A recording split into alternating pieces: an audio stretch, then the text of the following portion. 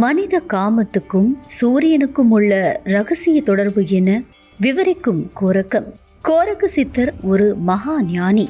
அவர் மனிதர்களுக்கு ஏற்படும் காம உணர்வுகளுக்கும் பூமி இயங்கும் அறிவியலுக்கும் உள்ள ரகசியத்தை சொல்லிவிட்டு சென்றுள்ளார். இதை நாம் புரிந்து கொண்டால் நம் வாழ்க்கை முழுமையாக மாற்றி அமைக்கப்படும். அவை என்ன என்பதை விரிவாக பார்க்கலாம். ஜோதிட சாஸ்திரத்தில் கூறப்படும் மேஷம் முதல் மீனம் வரையிலான 12 ராசிகள் என்பது சித்திரை முதல் பங்குனி வரையிலான 12 தமிழ் மாதங்களை குறிப்பவையாகும். இது மொத்தம் 360 பாகைகளை உள்ளடக்கிய ஒரு வட்டமாகும். இது எவ்வாறு தீர்மானிக்கப்பட்டது எனில், சூரியன் ஒரு ராசியில் இருக்கும்போது அதன் எதிர்நிலையான 7ஆம் பாவத்தில் 180 பாகைகள். சந்திரன் வரும் காலம் பௌர்ணமியாகும். அப்போது ஒரு குறிப்பிட்ட நட்சத்திரத்தின் மீது சந்திரன் வரும்போது முழுமையாக பிரகாசிக்கும். தமிழ் மாதம் பௌர்ணமி வரும் நட்சத்திரம் சித்திரை, சித்ரா பௌர்ணமி, வைகாசி விசாகம், ஆனி மூலம், ஆடி உத்திராடம், ஆவணி அவிட்டம், புரட்டாசி உத்திரட்டாதி, ஐப்பசி அஸ்வினி, கார்த்திகை, திருக்கார்த்திகை, மார்கழி திருவாதிரை, தை பூசம், மாசி மகம், பங்குனி உத்திரம்.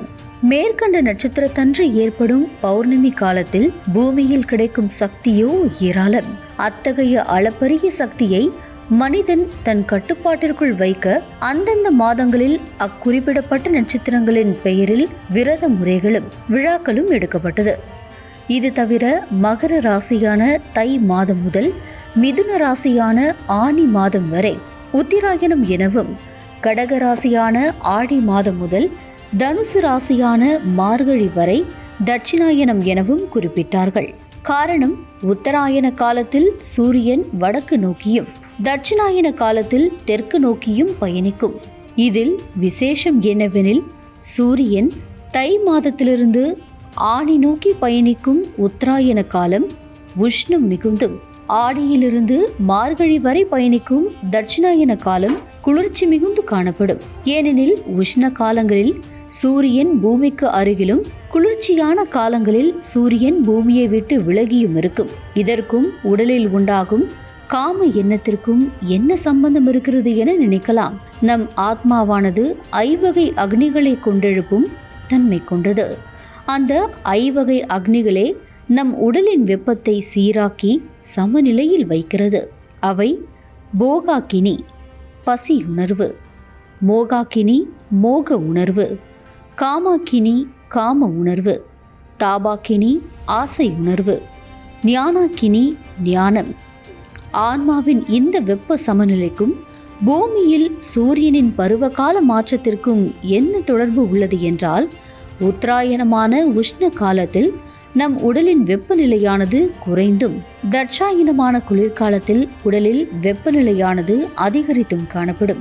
அதாவது நம் ஆத்மாவானது புறத்தில் வெப்பம் மிகுதியாக இருக்கும்போது அகத்தில் வெப்பத்தை குறைத்தும், புறத்தில் வெப்பம் குறைந்து இருக்கும்போது அகத்தில் வெப்பத்தை அதிகரித்தும் உடலின் வெப்ப சமநிலையை சீராக்கும். எப்போது உடலின் வெப்பநிலை ஆத்மாவால் கொண்டெழுப்பப்படுகிறதோ அப்போதெல்லாம் உடலின் காம இச்சை அதிகரிக்கும். குறிப்பாக சூரியன் பூமியை விட்டு 151 பாகை முதல் 270 பாகை வரையிலான தட்சிணாயன காலம் என்பது புரட்டாசி முதல் மார்கழி வரையிலான குளிர்காலமாகும். இந்த மாதங்களில் புவியில் ஜனிக்கும் உயிரினங்களுக்கு இனப்பெருக்க காலமாகும். அதாவது அந்த காலங்களில் அதிகப்படியான காம இச்சைகள் ஆத்மாவால் கொண்டெழுப்பப்படும். குறிப்பிட்டுள்ள நட்சத்திர காலங்களில் ஏற்படும் பௌர்ணமி ஒளியால் பூமியில் அளப்பரிய சக்தி உண்டாகும். அச்சக்தியானது நம் உடலின் வெப்ப சக்தியோடு சேரும்போது உடலானது புத்துணர்ச்சியால் கிளர்ச்சியடைந்து வரைமுறையற்ற காமத்தை வெளிப்படுத்தும்.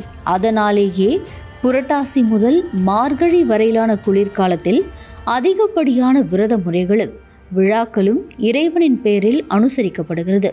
அதாவது புரட்டாசியில் பெருமாளுக்கு விரதம் மற்றும் நவராத்திரி, விஜயதசமி நோன்பு, ஐப்பசியில் தீபாவளி பண்டிகை, கந்த சஷ்டி கார்த்திகையில் முருகனுக்கு திருக்கார்த்திகை விரதம் மற்றும் ஐயப்பனுக்கு விரதமிருந்து மாலை அணிதலும், மார்கழியில் திருப்பாவை மற்றும் திருவெம்பாவை நோன்பும் இறைவனின் பெயரில் அனுசரிக்கப்பட்டு காம உணர்வுகள் கட்டுக்குள் வைக்கப்பட்டது.